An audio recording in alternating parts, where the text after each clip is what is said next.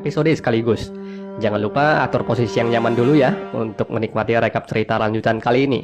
Di episode sebelumnya, Shiro mendengar ketukan pintu. Ia membukanya dan Yang Tiesin telah berdiri tepat di hadapannya. Singkat cerita, Tiesin pun mengingatkan Shiro akan kenangan masa lalu mereka hingga akhirnya Shiro sadar lelaki yang berdiri di hadapannya adalah suaminya. Shiro telah ditipu oleh pangeran ke-6 yang mengatakan Yang Tiesin telah mati 18 tahun yang lalu dan mayatnya telah dikuburkan. Akhirnya mereka pun berpelukan melepas rindu yang mendalam selama ini. Tidak lama Yang Kang ke kediaman ibunya dan akhirnya mengetahui Yang Tiesin ada di sana. Ibunya mulai menceritakan segalanya kepada Yang Kang, bahwa Yang Tiesin adalah ayah kandungnya. Tapi Yang Kang tidak mempercayai dan menerima kebenaran tersebut dan malah menusuk ayahnya dengan tombak. Untungnya Nianze datang dan menyerang Yang Kang dari belakang. Di tempat lain, Kuo-Ching dikejar oleh Dewa Obat yang murka hingga ia terjatuh ke dalam sebuah goa. Di dalamnya ternyata ada Mei Chaofeng. Ia menolong Kuo-Ching dari serangan Dewa Obat. Di posisi ini tentunya Mei Chaofeng tidak bisa mengenali Kuo-Ching adalah anak kecil yang telah membunuh suaminya dulu. Tiesin dan istrinya yang dikejar akhirnya terpojok dan saat itu juga Yang Kang dan Pangeran ke-6 tiba. Shiro lalu memohon kepada Pangeran ke-6 untuk melepasnya pergi bersama suaminya.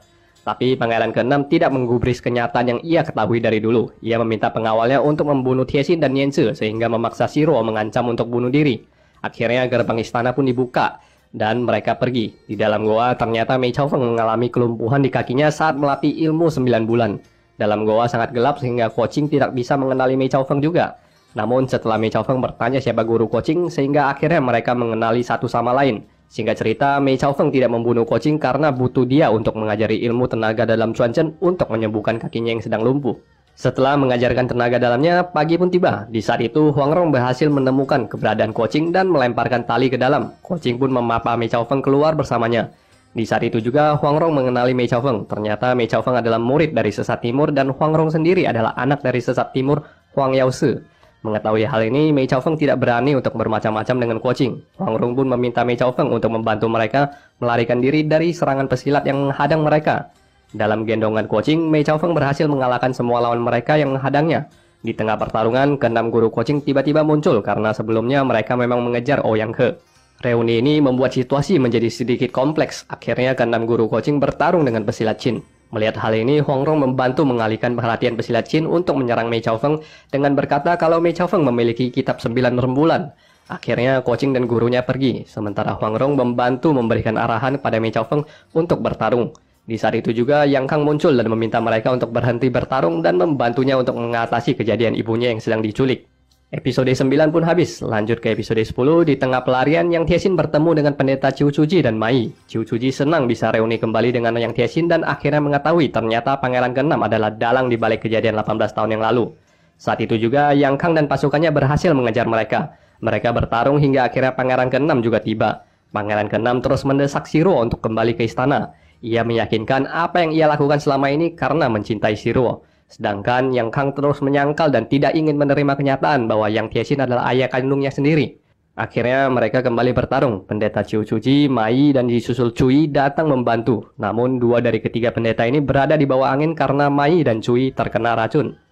Didesak oleh serangan gempur dari pesilat dan serbuan panah dari para prajurit, akhirnya Yang Tiesin mengucapkan kata perpisahan kepada istrinya. Ia bersyukur bisa bertemu lagi dengan istrinya setelah 18 tahun. Kemudian dia maju ke tengah pertarungan dan mengatakan kepada Pangeran ke-6 untuk tidak menyusahkan para pendeta Chuan Chen, lalu bunuh diri. Shiro lalu mengucapkan terima kasih kepada pendeta dan ikut menusukkan dirinya ke tombak. Ia berkata kepada suaminya kalau mereka tidak akan berpisah lagi setelah ini. Bertepatan dengan itu, Kuo-Ching dan ke-6 gurunya tiba. Di masa-masa akhirnya, Yang Tiesin memandang anaknya Yang Kang dengan penuh kekecewaan. Ia lalu menjodohkan Nianze kepada Kuo-Ching. Shiro menyerahkan belati pusaka kepada Nianze dan berkata kepada Yang Kang kalau ia harus sadar. Namun sampai Yang Tiesin menghembuskan napas terakhirnya, Yang Kang tetap tidak memanggilnya sebagai ayah. Setelah kejadian itu, Yang Kang merasa cukup linglung. Dia merasa bersalah telah menyebabkan kematian ibunya, namun masih tidak menerima kenyataan Yang Tiesin adalah ayahnya. Kemudian, 3 pendeta Chuan Chen berkumpul dengan 6 guru Kuo-Ching. Mereka membahas bahwa pertarungan yang dijanjikan sudah tidak perlu dilakukan lagi. Pendeta Qiu Chuji mengatakan kalau dia mengaku kalah kepada para pendekar Jiangnan karena dari akhlaknya saja Yang Kang sudah tidak bisa dibandingkan dengan Kuo-Ching. Lalu mereka membicarakan pernikahan Kuo-Ching dengan Nianze. Di saat itu juga Kuo-Ching berkata kalau ia tidak akan menikahi Nianze. Lanjut episode 11, guru Kuo-Ching berkata kalau alasan penolakan Kuo-Ching karena dia sudah dijodohkan dengan Hua Cheng, putri Genghis Khan. Namun Ko-ching juga berkata kalau dia tidak akan menikahi Hua Cheng karena ia menyukai Huang Rong. Di tempat lain, Pangeran ke-6 mengutus prajuritnya untuk mencari Yang Kang yang sedang dilanda kegalauan. Ia mabuk hingga tak sadarkan diri dan Nianzhe merawatnya. Huang Rong yang menunggu Ko-ching tidak datang akhirnya pergi mencari Ko-ching dan mengetahui kalau ternyata gurunya mengurung dia untuk tidak bisa bertemu dengannya. Para guru Ko-ching tidak setuju Ko-ching dekat dengan Huang Rong karena reputasi ayahnya sebagai sesat timur dikenal sebagai orang yang sangat kejam. Huang Rong kemudian memainkan akalnya dengan memperdayai 6 guru Ko-ching dengan menyamar sebagai peramal yang mengatakan kalau mereka telah menentang takdir langit memisahkan jodoh anak manusia. Akhirnya Ko-ching dilepaskan gurunya setelah termakan trik Huang Rong. Mereka pun pergi berdua. Di tengah pengembaraan mereka, Ko-ching mencemaskan perasaan gurunya. Ia mengajak Huang Rong untuk kembali dan menjelaskan kepada gurunya kalau wanita yang ia sukai tidak seperti yang guru mereka pikirkan. Tapi Huang Rong menolak, lalu menyarankan untuk menemui gurunya 6 bulan lagi sambil menunggu amarah mereka mereda. Ko-ching dan Huang Rong pun memutuskan untuk ke Ling An sambil berkelana sambil mencari Tuan Tianhe untuk dibalaskan dendam kematian ayah Ko-ching. Sementara itu, Nianzhe berhasil meyakinkan Yang Kang untuk menerima dirinya adalah orang Song dan Yang Tiesin adalah ayahnya. Nianzhe juga mengungkapkan rasa sukanya kepada Yang Kang sejak di hari ia dikalahkan di kontes pencarian jodoh. Ia lalu mengajak Yang Kang untuk memulai hidup baru dan kembali ke desa Ciacun dengannya. Dan Yang Kang pun setuju. Dalam perjalanan mereka, Huang Rong memasak ayam bakar untuk Ko-ching. Namun tiba-tiba muncul seorang pengemis. Dan teman-teman tentu sudah tidak asing lagi dengan pengemis satu ini ya. Dia adalah Hong Chi Kong atau Ang Chit Kong, ketua partai Kaipang dan pesilat sakti yang dijuluki sebagai pengemis utara. Melihat jarinya yang hanya ada 9, Huang Rong langsung bisa mengenali kalau dia adalah Hong Chi Kong. Ia pun tidak menyia-nyiakan kesempatan itu lalu mengajak Chi Kong yang sangat rakus ini untuk makan bersama mereka. Setelah makan, Chi Kong berterima kasih dan ingin pergi. Namun ia ditahan Huang Rong dan menggodanya bahwa masih ada banyak masakan sedap lainnya yang akan ia masak. Mendengar hal ini, Chi Kong pun tergoda untuk mencicipi masakan Huang Rong selanjutnya. Chi Kong mengakui kalau dia memang rakus kepada masakan enak. Jarinya yang hilang satu dikarenakan dipotong oleh dirinya sendiri karena tergoda makanan dan lupa akan tugasnya. Meski demikian, rakusnya tidak pernah hilang. Chi Kong lalu memuji masakan Huang Rong bahkan lebih enak dari masakan istana. Setelah menyantap dengan kenyang, Chi Kong berkata kalau ia tidak akan makan secara gratis. Jika Huang Rong dan Ko-ching memiliki permintaan, dia akan membantunya. Kesempatan ini langsung dimanfaatkan Huang Rong untuk memohon Chi Kong mengajari Ko-ching kungfu. Setelah melihat praktek kungfu Ko-ching dan Huang Rong, Chi Kong langsung bisa menebak kalau Huang Rong adalah anak dari sesat timur. Ia berkata kalau ayahnya Huang Yause dan dia sudah bertarung ratusan kali dengannya. Huang Rong lalu meminta Chi Kong mengangkat mereka berdua sebagai murid dan mencoba menggodanya lagi dengan imbalan masakan enak. Tapi Chi Kong bilang jangan harap bisa memperdayainya dengan cara licik seperti itu dan dia pun pergi. Lanjut ke episode 12, dalam perjalanan ke desa Ciacun, Pangeran ke-6 berhasil menemukan Yang Kang dan membujuknya untuk tidak pergi. Wan Yang Hongli berkata kalau ia telah menganggap Yang Kang sebagai anaknya sendiri selama 18 tahun ini, dan kelak ia akan mewarisi kekuasaannya kepadanya. Yang Kang lalu bilang kepada Nianzhe untuk pulang sendiri ke desa Ciacun. Ia bilang akan menetap dengan Pangeran ke-6 untuk sementara waktu agar bisa melacak keberadaan kitab perang Yue Fei yang sedang diburu Pangeran ke-6. Setelah meninggalkan Huang Rong, Chi Kong merasa hampa dan hambar dalam menyantap setiap masakan yang ia temui. Bahkan dengan koki terhebat dan semua menu masakan utama tidak bisa membuat Chi Kong melupakan keenakan masakan Huang Rong. Singkat cerita, akhirnya Chi Kong kembali mencari Huang Rong untuk mencicipi kembali masakannya. Dan dengan sedikit sanjungan cerdik dari Huang Rong, akhirnya Chi Kong setuju untuk mengajarkan Ko-ching sedikit kungfu. Chi Kong pun akhirnya mengajarkan salah satu kungfu terbaiknya yang dinamakan dengan tapak 18 penakluk naga. Jurus tapak pertama pun mulai diperagakan Chi Kong di hadapan Ko-ching. Setelah itu, ia meminta Ko-ching untuk melatihnya lagi. Tapi Chi Kong bisa melihat daya tangkap Ko-ching cukup rendah dan sulit untuk menyerap ilmunya.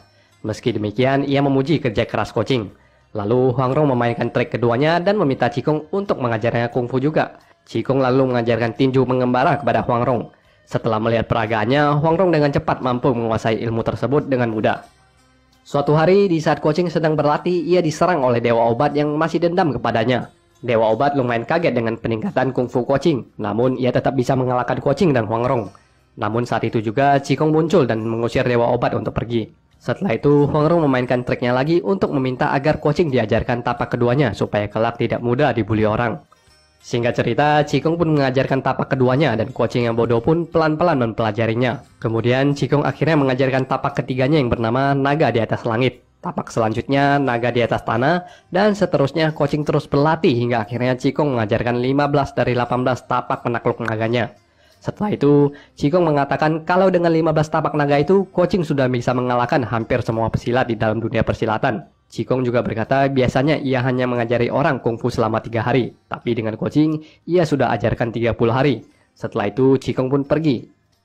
Di saat yang bersamaan, sekumpulan ular muncul tepat setelah Qigong pergi. Ouyang Ke muncul dengan maksud tidak baik. Namun sebelum Ouyang Ke menjalankan aksinya, Qigong kembali dan akhirnya mengusir Ouyang Ke untuk pergi. Qigong kemudian memperingatkan Guoqing dan Huang Rong untuk hati-hati kepada Ouyang Ke karena pamannya adalah racun barat. Ia kemudian menjelaskan bahwa dalam dunia Wulin ada 5 pesilat tangguh yaitu racun barat, paman dari Ouyang Ke, sesat timur, ayah dari Huang Rong, kaisar selatan dan dirinya sendiri, pengemis utara, serta yang terakhir adalah Dewa Pusat sebagai pendiri sekte Chuanzhen. Dari segi kungfu, Dewa Pusat mengungguli keempat pesilat lainnya. Namun setelah kematian Wang Changren, Dewa Pusat, kekuatan dunia persilatan ini didominasi oleh mereka berempat. Dan racun barat adalah orang yang perlu diwaspadai. Dan berakhir sudah episode ke-12 ini.